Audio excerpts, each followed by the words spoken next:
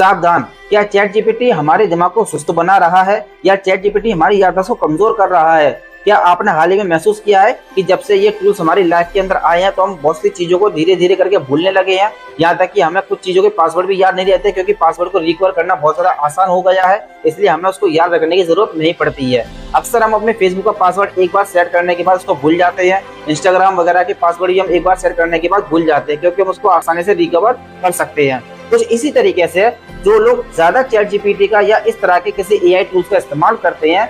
तो उनमें ये पाया गया है, इस अमर उजाला के अंदर एक खबर छापी गई थी कि ऐसे लोगों में से लगभग 83% लोग ऐसे थे जिनके अंदर भूलने की बीमारी को पाया गया और जिनकी जो मेमोरी थी वो थोड़ी सी शॉर्ट टेम्पर होने लगी, वो चीजों को भूलने लगी।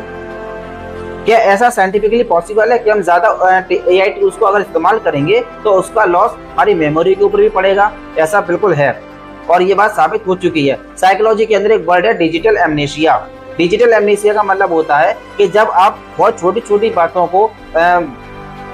उसको आप एआई टूल से सर्च करना शुरू कर देते हैं, वहां से पूरी जानकारियों को जुटाना शुरू कर देते हैं, आप अपने माइंड के ऊपर जरा भी लोड नहीं डालते हैं तो उसका नतीजा ये होता है कि कुछ टाइम के बाद आप चीजों को भूलना शुरू कर देते हैं। इसको कहा गया डिजिटल एमनेशिया। डिजिटल एमनेशिया को हम सिंपल भाषा में ऐसा भी समझ सकते हैं कि मान के चलिए मैं एक दुकानदार के पास गया, वहां से मैंने कुछ 8-10 आइटम को खरीदा, उसने मुझे एक बिल बना करके दिया और मैंने उससे ये कहा कि आपका ये बिल मैं 2-3 दिन के बाद पे कर दूंगा। तो जब वो मुझे बिल बना के देता है तो हम लोगों के अंदर ये आदत बन चुकी है कि हम इस तरह के बिल को अपने फोन के अंदर फोटो जरूर ले लेते हैं ताकि अगर बिल खो जाए तो हमारे पास जो डेटा है वो सेफ रहे, जो बिल है फोन के अंदर वो सेफ रहे। तो अब इसका नतीजा ये होता है कि आज जो मैंने दुकानदार से सामान खरीदा, क्या क्या आइटम खरीदा, कितने रुपए का खरीदा और टोटल उसका क्या हुआ, तो पॉसिबिलिटी ये होती है 90% कि हम आफ्टर 2 और 3 डेज ये भूल चुके होते हैं कि हमें दुकानदार को कितने रुपए देना है। तो जब हम वापस उसके पास जाते हैं तो दोबारा से अपना फोन निकालते हैं और बिल को चेक करते हैं कितना बिल बकाया बाकी है। तो ये भी एक छोटा सा एग्जाम्पल है कि हम चीजों को बहुत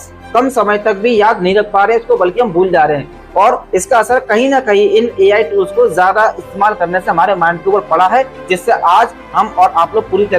तरीके से बेखबर हैं। लेकिन ये बात सच है कि इसका असर हमारे माइंड के ऊपर पड़ रहा है। अब हमें करना क्या चाहिए? करना हमें ये चाहिए कि इस तरह के एआई टूल्स को हमें स्मार्टली तरीके से यूज करना है, ना कि हमें पूरा इन्हीं के ऊपर डिपेंड रहना है। फॉर एग्जाम्पल, मुझे किसी के बारे में एक टॉपिक लिखना है तो मैं सिर्फ उस टॉपिक के बारे में मैं चैट जीपीटी से या गूगल जेमिनी से या ग्रॉक से मैं सिर्फ एक हिंट ले सकता हूँ कि किस किस तरह के पॉइंट्स के बारे में मैं इस टॉपिक के ऊपर लिख सकता हूँ और कोशिश मैं ये करूँ कि ज्यादातर जो चीजें हैं वो मैं अपने माइंड से कुछ बना करके लिखूँ। तो उससे क्या होगा? उससे ये होगा कि जो मेरा वर्क था उसको मैंने अपने वर्क को स्मार्ट वर्क के अंदर कन्वर्ट कर दिया और मैं अपने माइंड से चीजों को बना करके लिख रहा हूँ। तो